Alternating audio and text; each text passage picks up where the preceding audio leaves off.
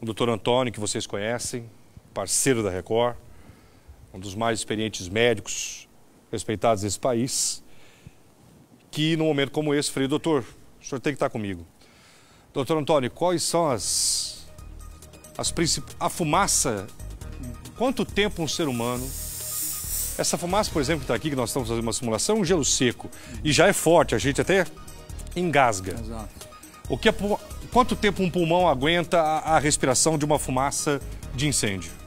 Normalmente, Geraldo, a fumaça que aconteceu dentro dessa boate, ela deve ter monóxido de carbono, cianeto, deve ter acroleína, que geralmente chegando nos brônquios, nos alvéolos, o ser humano deve demorar de 3 a 4 minutos vivo. Não suporta mais que Não isso. suporta mais, porque já cai na corrente sanguínea imediatamente. A gente sabe que as vias aéreas, a hora que você respira, por exemplo, você cheira um pó, imediatamente cai na corrente sanguínea, já vai para o cérebro, já vai para o seu sistema inteiro.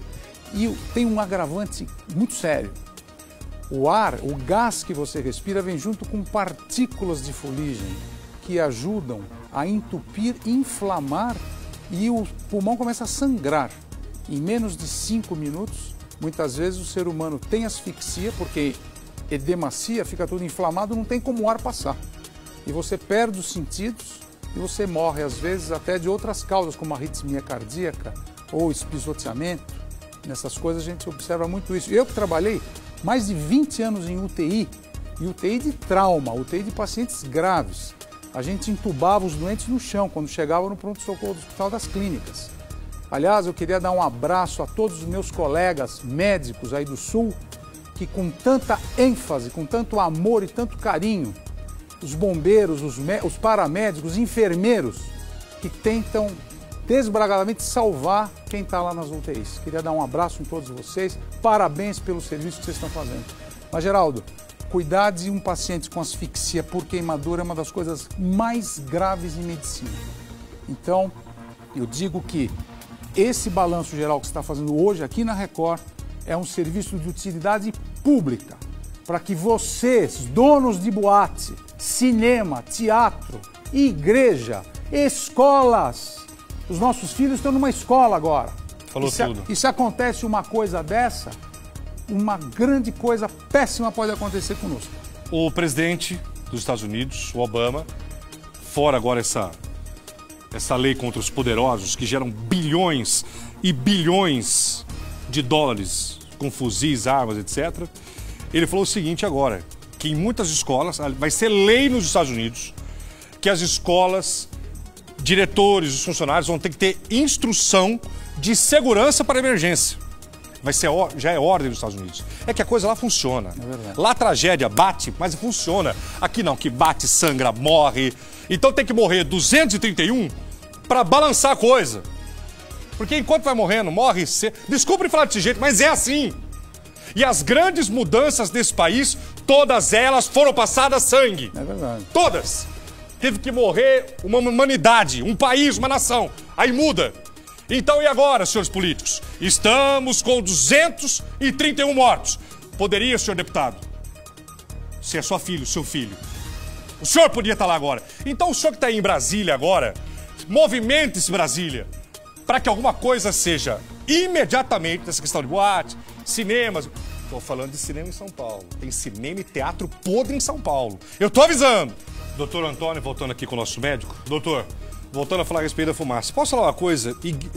Eu vou assumir a minha ignorância do assunto. Claro. Eu tenho certeza que a dona de casa, só que está com o Geraldo, deve ter pensado...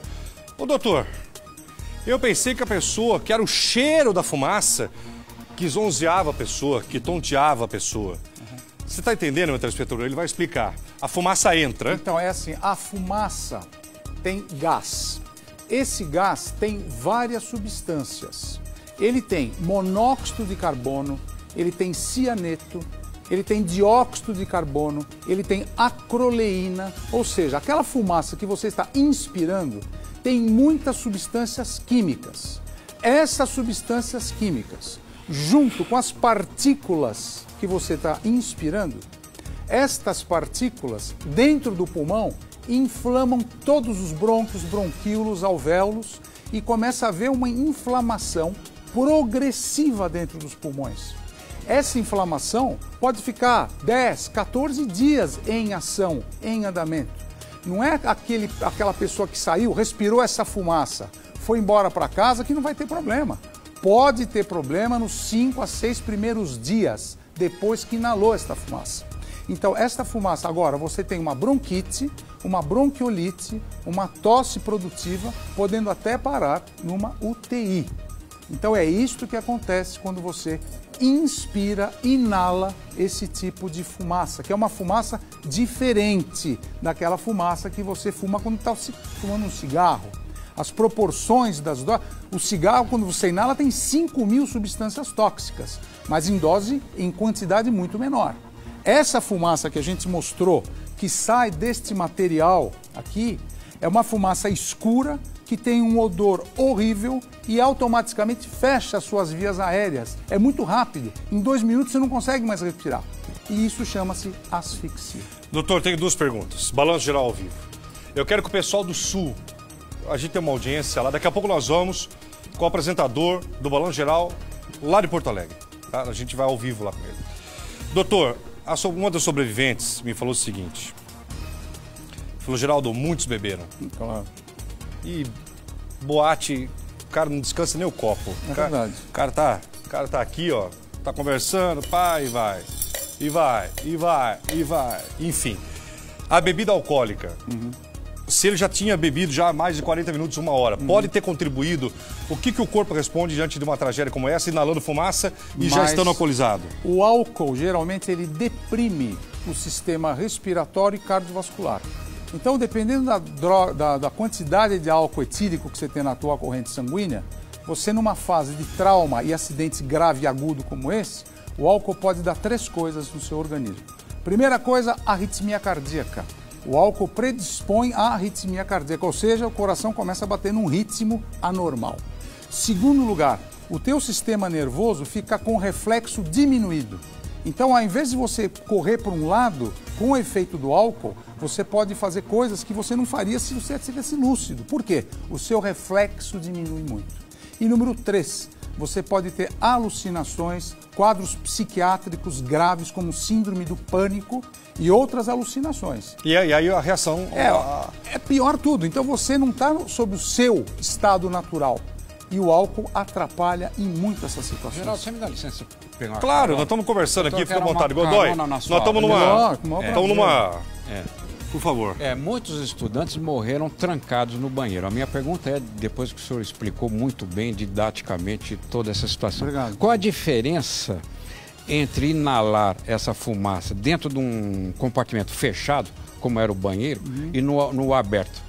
Ou seja, haveria alguma chance para aqueles estudantes do lado de fora, se tivesse um arejamento, um campo arejado? Sem dúvida tem sim, Percival. Sua pergunta tem muito nexo. Por quê? Quanto menor o ambiente, quanto mais fechado é o lugar, mais a quantidade de partículas e gás que você vai inalar.